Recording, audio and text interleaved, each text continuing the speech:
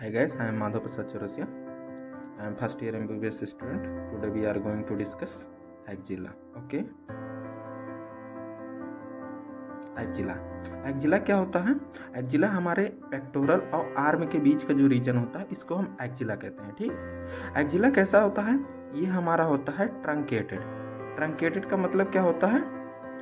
Truncated का मतलब होता है कि एक पिरामिड लो, जैसे ये हमारा एक पिरामिड हुआ, इस पिरामिड का जो अपर वाला पोर्शन है, अपर वाला टिप है, उसको काट दो। तो इसको जो काटोगे तो कैसा बनेगा बताओ? ये हो जाएगा कुछ ऐसा। ठीक है, तो इसी को कहते हैं, ये पिरामिड था तो इसको क्या कहेंगे? Truncated pyramid. ठीक, या ट्रंकेटेड पिरामिड कह लो तो यही हो जाएगा, ये ट्रंकेटेड। अब देखो इसका 3 पार्ट दिख रहा है। पहला तो ये अपेक्स दिख रहा है, और उसके बाद नीचे बेस दिख रहा है, और फिर ये आप इमेजिन करो ये इसकी 4 बाउंड्री हैं।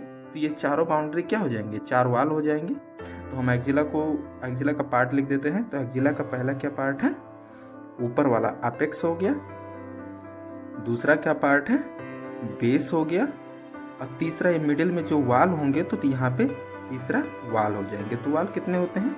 4 वाल पाए जाते हैं। ठीक है, तो इसी को तुम बाउंड्री कह सकते हो या वाल कह सकते हो। तो मैंने ये वाल लिख दिया। ठीक है, तो अब अपेक्स में देखोगे तो अपेक्स कैसे बनता है देखो। तो वैसे मैं अगर एक्जिला का फिगर बनाऊं तो एक्जिला का फिगर बनेगा कुछ ऐसा। 3D में इमेजिन करिए। ठीक, तो 3D में ये कुछ ऐसा। ठीक है, ऐसा हुआ, और जो है ये ऊपर से कुछ ऐसा हुआ। अब इसको तुम जोड़ दो। ठीक है, तो इसको तुम जोड़ोगे तो कुछ ऐसा बन जाएगा। ठीक है, ये कुछ ऐसा। ठीक, अब इसका हमने एक ऊपर वाला पोर्शन को जो है ओपन कर दिया था। अब इसको क्लोज कर दोगे तो ये हमारा देखो बाउंड्री बन गया। अब देखो ऊपर वाला बाउंड्री कैसे बन रहा है? ऊपर वाला बाउंड्री जो है दो किसी के जो है मर्ज होने से बन रहा है। ठीक है, दो पोजीशन के जो है वहाँ पे ज्वाइन होने से बन रहा है। वहाँ कोई स्ट्रक्चर नहीं दिख रहा है, केवल यहाँ पे दिख रहा है दो बाउंड्री जो है जाके वहाँ पे ज्वाइन कर रहे हैं। ठीक, तो अब ये देखो आगे वाला पोर्शन को तुम क्या मानोगे? ये आगे वाला पोर्शन तुम्हारा क्लेविकल है। ठीक है, तो अभी इसके हम केवल इस पार्ट को अगर बनाएंगे तो इसके बोन से, तो इस पार्ट को बनाएंगे तो हम क्या होगा यहाँ पे? एक तो हमारा हो जाएगा स्कैपुला। ठीक है, ये हो गया हमारा स्कैपुला, और फिर ये हो गया हमारा फर्स्ट रिब हो गया। ठीक है, ये हो गया हमारा फर्स्ट रिब, और दूसरा हो गया यहाँ पे हमारा क्लेविकल। ठीक है, ये हो गया हमारा क्लेविकल। अब देखोगे तुम तो क्या बन रहा है बताओ? ये हमारा एंटीरियर पार्ट, मतलब ये जो आगे वाला पोर्शन है ये हमारा क्लेविकल है, और जो ये पीछे वाला पोर्शन है जो पोस्टीरियर है, थोड़ा ये यहाँ तक जाएगा, सॉरी यहाँ तक जाएगा। ठीक, तो ये क्या होगा हमारा? ये स्कैपुला हो गया। ठीक है, ये स्कैपुला हुआ, और ये तुम्हारा हो गया क्लेविकल। ठीक है, क्लेविकल, और ये तुम्हारा हो गया फर्स्ट रिब हो गया। ये तुम्हारा फर्स्ट रिब। ठीक है, ये हो गया फर्स्ट रिब। अब फर्स्ट रिब में देखो कि अब ये जो बीच में जो ये पोजीशन है यही तुम्हारा क्या है? ये हमारा अपेक्स है। ठीक है, तो अपेक्स में देखो तीन पार्ट आपको दिख रहे होंगे। एक तो ये एंटीरियर वाला पार्ट दिख रहा होगा, और दूसरा ये पूरा पोस्टीरियर वाला पार्ट। क्योंकि मैंने लेटरल वाला क्या बोला? लेटरल वाला मर्ज हो रहा है, दो पार्ट मर्ज हो रहे हैं, मतलब कि स्कैपुला और क्लेविकल जहाँ पे ज्वाइन हो रहा है वही हमारा लेटरल पार्ट बना रहा है। तो लेटरल पार्ट को छोड़ दो। अब मीडियल ही देखो, मीडियल में क्या दिख रहा है? मीडियल में आपको फर्स्ट रिब दिख रहा है। तो अगर हम लिखना चाहेंगे अपेक्स के पार्ट को, तो अपेक्स के कितने पार्ट हो गए? 3 पार्ट हो गए। पहला हो गया एंटीरियरली, इसे लिख लो तुम एंटीरियर पार्ट। ठीक है, ये तुम्हारा क्या हुआ? एंटीरियर पार्ट, और ये तुम्हारा हो गया मीडियल पार्ट, और ये तुम्हारा हो गया पोस्टीरियर पार्ट। ठीक है, तो इसको कितना पार्ट हुआ अपेक्स का? 3 पार्ट हुआ। क्या हुआ? एंटीरियर। तो एंटीरियर में आपको क्या दिख रहा है? एंटीरियर में दिख रहा है देखो जो आपका ये ऊपर का गड्ढा दिखा, आप फील कर सकते हो, जो क्लेविकल और स्कैपुला और नेक के बीच में जो मिडिल में थोड़ा पोर्शन दिखता है वही तुम्हारा अपेक्स होता है। ठीक है, तो अपेक्स में देखो एंटीरियरली क्या है? एंटीरियरली है posterior surface of clavicle. Posterior मतलब कि एक क्लेविकल बोन है, क्लेविकल बोन के 2 सरफेस होंगे, एक तो एंटीरियर होगा दूसरा पोस्टीरियर होगा। तो पोस्टीरियर पार्ट तो हमारे इसमें अपेक्स में रहेगा, तो इसलिए हो गया ये पोस्टीरियर सरफेस ऑफ क्लेविकल। ठीक है, अब ये हो गया तुम्हारा एंटीरियरली। अब उसके बाद देखोगे पोस्टीरियरली, तो पोस्टीरियरली क्या क्या आएगा बताओ। पोस्टीरियरली आएगा, देखो पोस्टीरियरली फील करोगे तो तुम्हारा स्कैपुला का जो ऊपर वाला पोजीशन है वही तो हमारा अपेक्स है ना। तो स्कैपुला के कई पार्ट होते हैं, तो आपको पता होगा 3 बॉर्डर होते हैं, 3 एंगल होते हैं, ठीक है। तो जो ऊपर वाला बॉर्डर होता है वही तुम्हारा आएगा। तो यहाँ पे लिख सकते हो posteriorly superior surface of scapula, ठीक है, सुपीरियर सरफेस ऑफ स्कैपुला। और तुम फील करोगे कि लैटरली जो होता है, जो पोस्टीरियर सरफेस में लैटरली आएगा वो क्या होता है, वहाँ पे कोराकॉइड प्रोसेस होता है। तो कोराकॉइड प्रोसेस के दो सरफेस होते हैं, 2 बॉर्डर होते हैं, एक मीडियल बॉर्डर होता है, दूसरा लेटरल बॉर्डर होता है। तो जो अपने बॉडी की तरफ है वही तो हमारा एपेक्स बनाएगा। तो यहाँ पे क्या लिख जाओगे, पहला ये हो गया, दूसरा हो जाएगा medial border of coracoid process, ठीक है। और आप देखोगे मीडियली मतलब कि ये एंटीरियर हो गया, पोस्टीरियर हो गया, अब यहाँ पे हमारा आ गया मीडियली। तो मीडियली क्या होगा बताओ, मीडियली हमारा यही तो है, ये मीडियल बॉर्डर है। तो मीडियल में क्या हो जाएगा, हमारा आउटर बॉर्डर, एक तो इनर बॉर्डर होगा जो हमारे नेक के साइड में होगा, और दूसरा आउटर बॉर्डर होगा फर्स्ट रिब का। तो यहाँ पे क्या हो जाएगा, आउटर सरफेस, ठीक है। यहाँ पे लिख सकते हो तुम आउटर सरफेस ऑफ या आउटर बॉर्डर ऑफ, ठीक है, outer border of first rib, ठीक है। तो तुम्हारा ये हो गया अपेक्स बना दिया। अब यहीं पे हम देखेंगे बेस, अपेक्स हो गया ये, और बेस देखेंगे। तो बेस में क्या आएगा, बेस में तो हमारा जब आप हैंड को उठाओगे तो वही तो पूरा बेस वाला पोजीशन दिखेगा। जैसे ये वाला पोजीशन क्या है, ये साइड में क्या है, हमारा हैंड है जहाँ से जुड़ा हुआ है, और दूसरा है ये हमारा पेक्टोरल रीजन है। अब इसी के बीच में तो बेस है। तो बेस को देखोगे तो ये किधर डायरेक्टेड है, ये हमारा नीचे की तरफ डायरेक्टेड है, ठीक है, हमारे नीचे यानी कि लोअर लिम्ब की तरफ डायरेक्टेड है। तो इसको हम लिखेंगे डायरेक्टेड डाउनवर्ड, ठीक है, डायरेक्टेड डाउनवर्ड, ठीक है। एंड ये किससे बनता है बताओ, ये बनता है हमारे, देखो हमारे बॉडी में 2 फेसिया होती हैं, एक सुपरफिशियल फेसिया होती है और दूसरा जो है डीप फेसिया होती है। लेकिन हमारे इस रीजन में डीप फेसिया की जगह जो है हमारी क्लेवी पेक्टोरल फेसिया पाई जाती है, या उसी का हम दूसरा नाम देते हैं एक्जिलरी फेसिया। तो यहाँ क्योंकि एक्जिला में एक डिफरेंट फेसिया पाई जा रही है डीप की जगह, तो उससे हम क्या कह देते हैं, एक्जिलरी फेसिया, ठीक है। तो यहाँ पे हो जाएगा and directed downward and formed by superficial fascia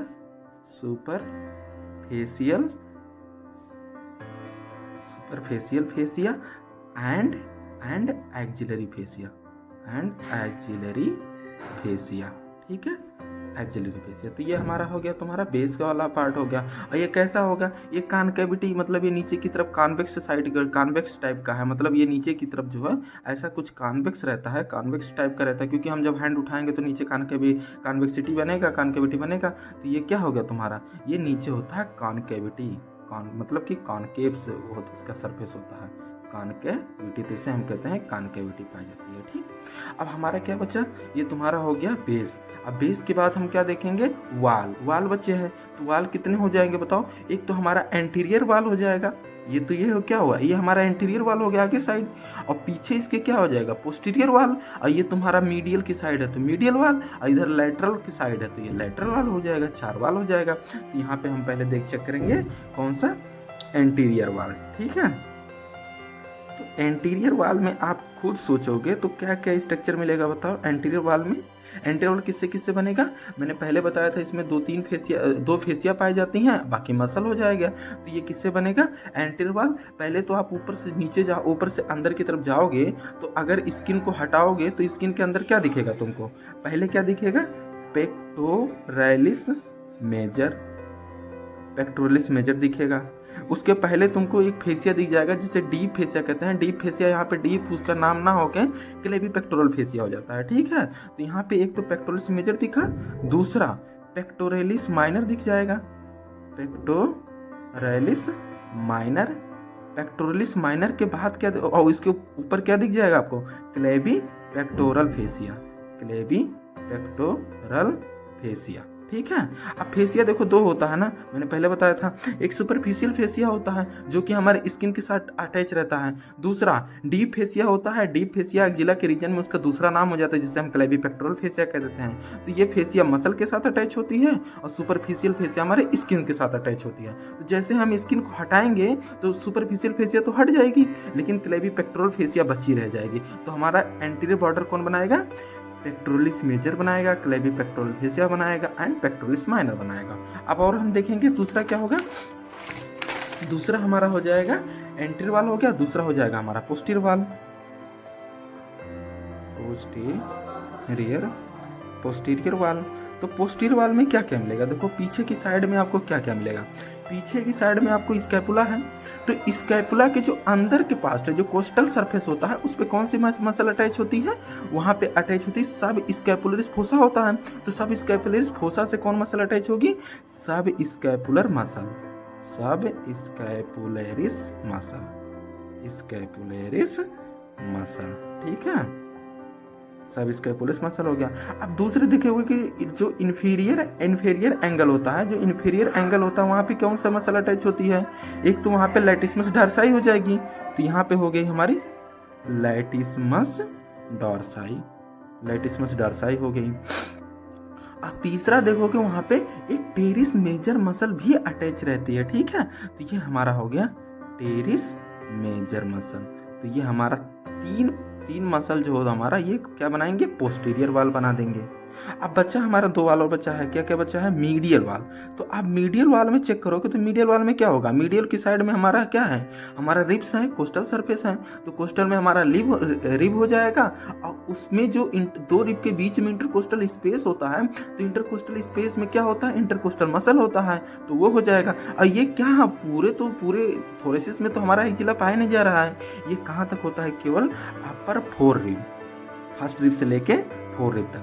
upper four rib, ठीक है। Upper four ribs with their intercostal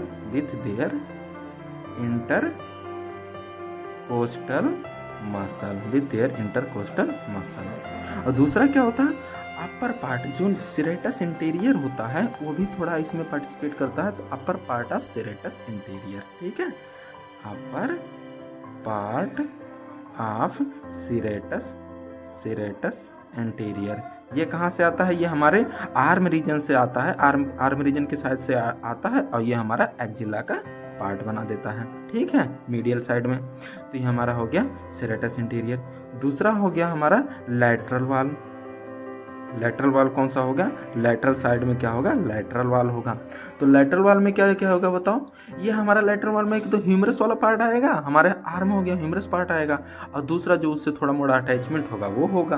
तो यहाँ पे देखोगे तुम कि जो है अपर पार्ट, मतलब कि नीचे पूरा है, पूरा आर्म तो बनाएगा नहीं, केवल अपर पार्ट ही तो हमारा एक्जिला बना रहा है। तो यहाँ पे क्या आ जाएगा? अपर पार्ट ऑफ शाफ्ट।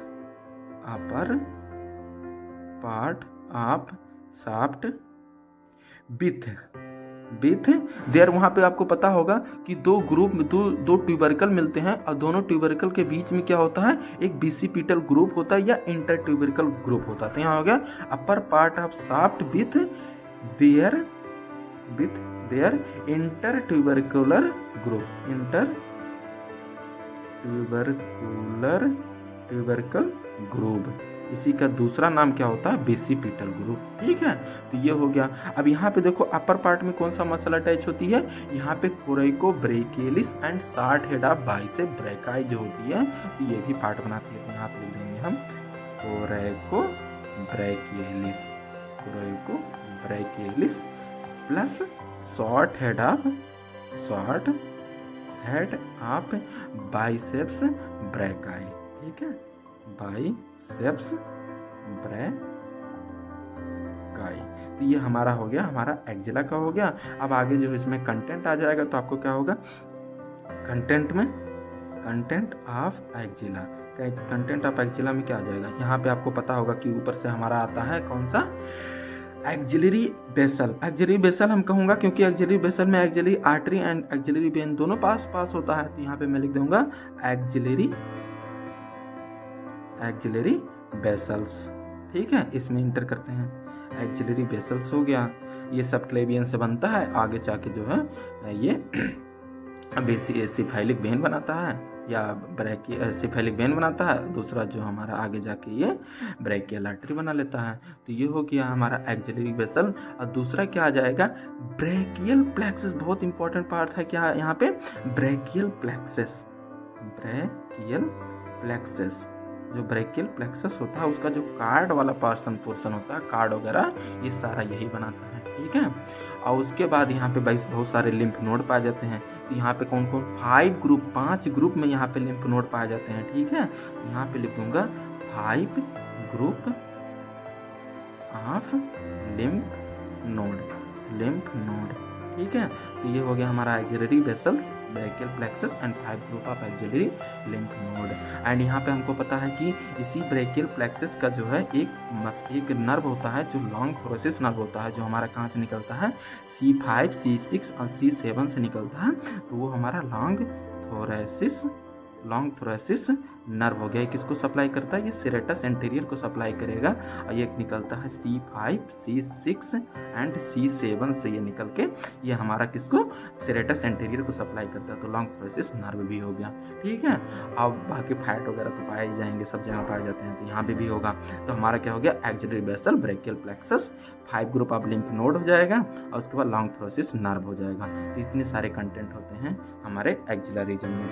यहाँ पे हमारा एक्सिला खत्म होता है, आगे अब आपको और डिस्कस किया जाएगा।